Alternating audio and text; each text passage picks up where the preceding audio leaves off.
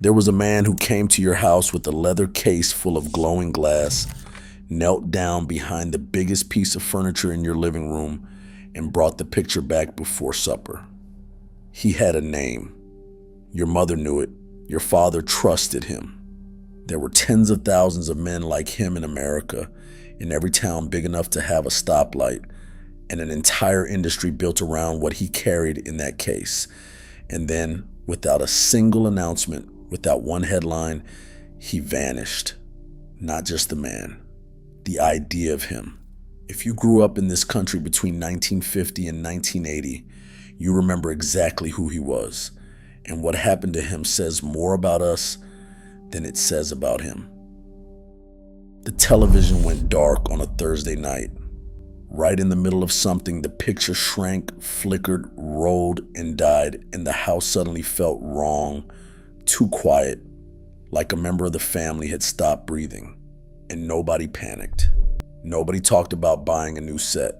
Your mother went to the drawer by the telephone, took out a little card, and dialed a number, and a voice on the other end said he could come Saturday morning. Saturday morning, he pulled into the driveway in a panel van with his name painted on the side. His name, not a corporation, his actual name, and under it the words, radio and TV service. He wore work clothes with his shirt tucked in, and he carried the case. You remember the case. A big leather caddy that opened up like a tackle box, and inside, row after row of vacuum tubes standing upright in little cardboard sleeves, dozens of them, glass and metal and mystery. To a 9-year-old standing at the edge of the living room, that case might as well have been a doctor's bag, because that is what he was. He made house calls, like the doctor did. And the television, the most important machine in the house, was his patient. He pulled the set away from the wall, took the back off with a nut driver he kept in his shirt pocket, and there it was, the inside of the television, a glowing city of tubes and wires and warm orange light, and a smell you have never forgotten. Hot dust, warm glass, something faintly electric underneath. Every television in America smelled like that behind its back panel, and no machine has smelled like that since. He set a small mirror on the armchair across the room so he could watch the screen while he worked behind it, and he reached into that glowing city with his bare hands like a man who had done it 10,000 times, because he had. And if you were lucky, if you stood there long enough, quietly enough, he would let you help. Hand me that one, son. The 6SN7, the tall one, second row. And you carried the tube to him with 2 hands like it was a lit candle. He held it up against the light, tapped it once with a fingernail, listened to it. He could tell a bad tube by the sound. By the sound. Then he snapped the new one into the socket, and the picture bloomed back onto the screen. And your mother said thank God, and he charged $5 or $6 and drank the coffee she offered him standing up, talking to your father about the game. He knew your family's television the way a mechanic knew your father's car. He knew it was the Zenith with the bad vertical hold, or the RCA that ran hot in the summer. He had fixed it before. He would fix it again. He was not selling you anything. He was keeping something you already owned alive. And there is a kind of trust in that arrangement that has almost completely disappeared from American life. Quick word before the best part, because the best part is the drugstore.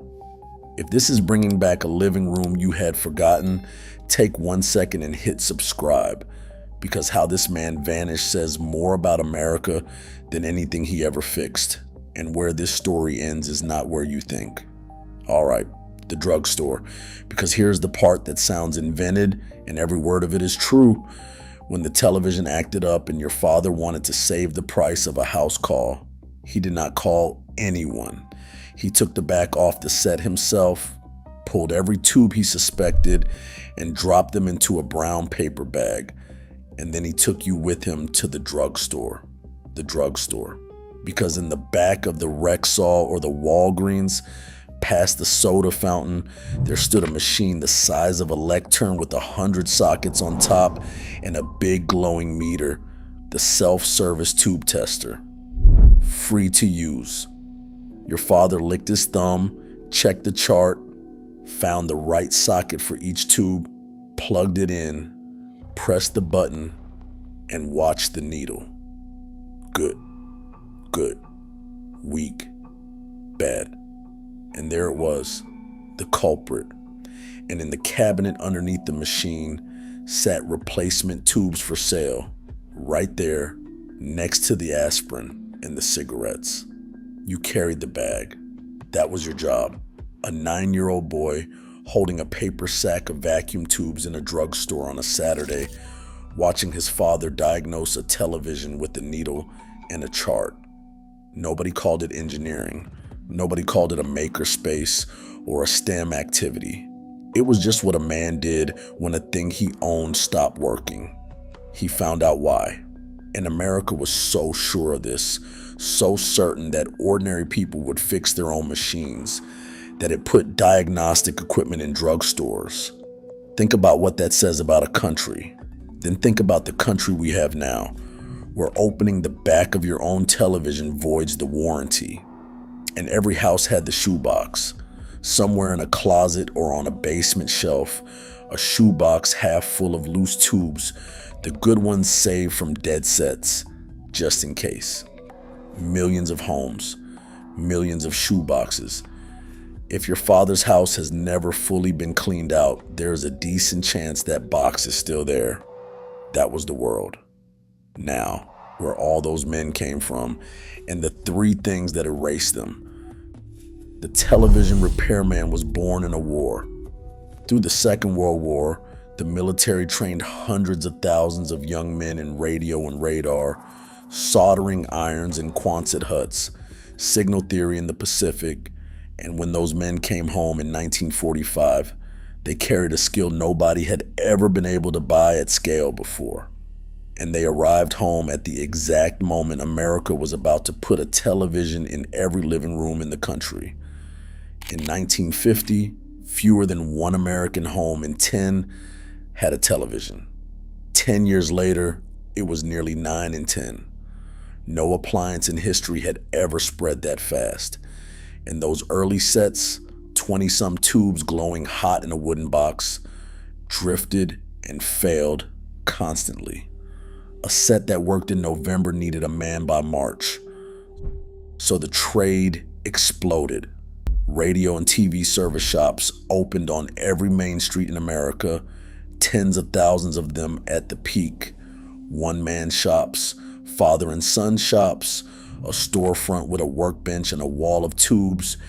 And for the men who had missed the war training, the trade came by mail. Open a matchbook from the 1950s and odds were the inside cover shouted at you. Learn radio, television, repair at home in your spare time. The National Radio Institute, DeVry. Whole institutions were built on teaching ordinary men to fix televisions at the kitchen table after their shift. It was one of the great blue-collar ladders of the century.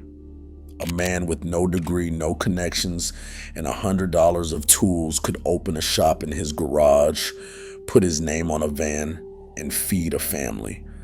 And for 30 years, that is exactly what tens of thousands of them did. He was trusted the way small-town men were trusted. He came into your house. He was alone in your living room with your things. Nobody thought twice. His reputation was the business. One botched job in a town of 4,000 people, and everyone knew by church on Sunday.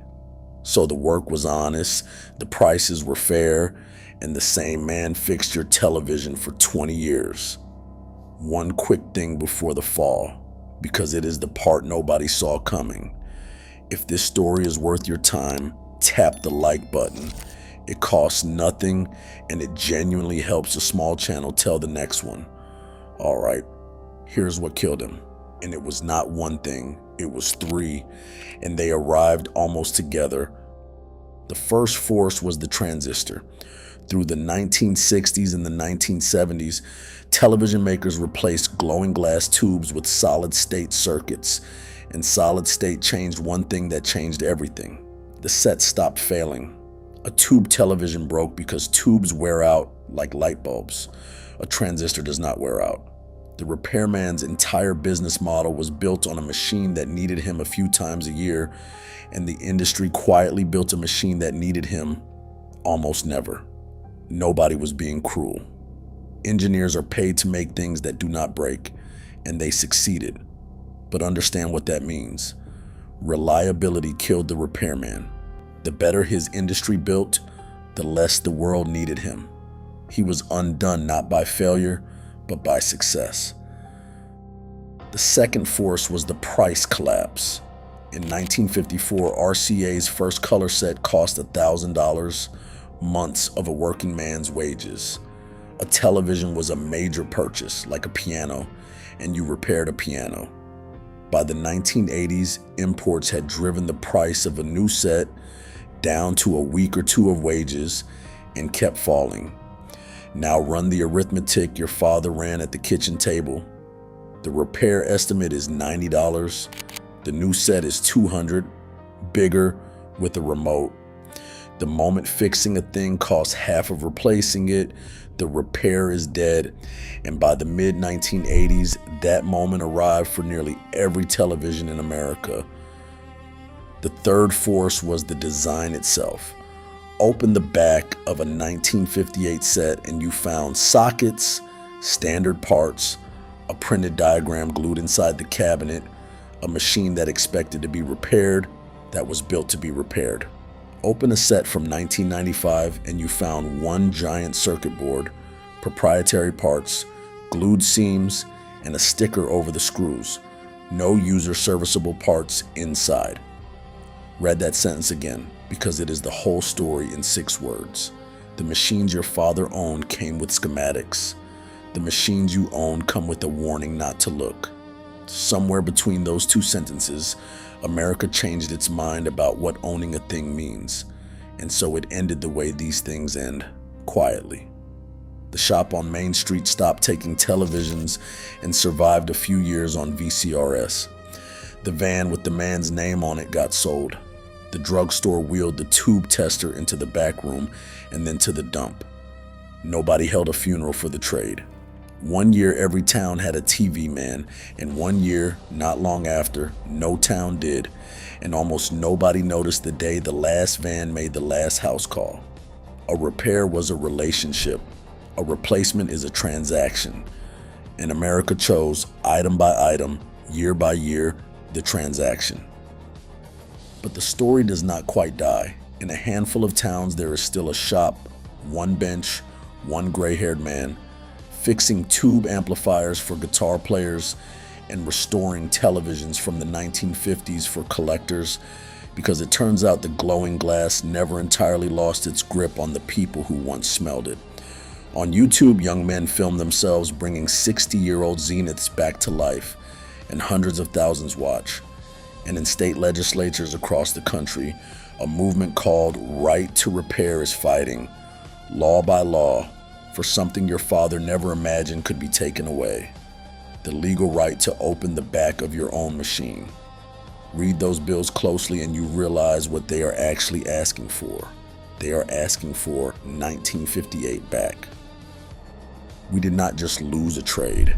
We lost the assumption underneath it that a broken thing is a solvable problem, that a man can be trusted alone in your living room, that ownership means understanding.